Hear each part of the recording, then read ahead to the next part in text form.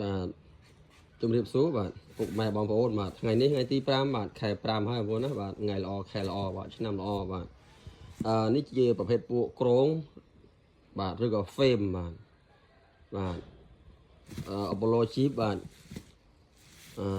18 125បាទ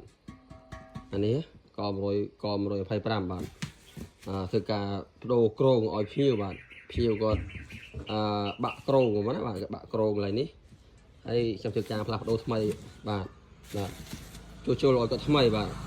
បងប្អូនដែលក៏ត្រូវការក្រងអបឡូប្រភេទពួកជីបបាទណាខ្ញុំអាចអត់ដើខ្ញុំបានណាបងប្អូនណាបាទអានេះអបឡូជីបបងប្អូនណាអបឡូជីប4គ្រាប់បងប្អូនណាបាទ18 125បាទណាបាទ1500វ៉ាត់បាទសេរីនេះឯងបាទសេរីនេះឯងបាទចឹងខ្ញុំធ្វើការបើកប្រអប់ឬក៏បាទ unboxing បាទ unboxing អីវ៉ាន់ជីបបាទហ្នឹងហើយក125បាទអានេះគឺប្រភេទពួកគូតក្រូមេបាទមានតែមួយសេរីទេបាទណាបាទសេរីជីបនេះបាទសេរីចុងក្រោយបំផុតបាទអូខេបាទអរគុណបាទចាំមើលទស្សនាដល់អ្នកគ្នានៅវីដេអូក្រោយបាទ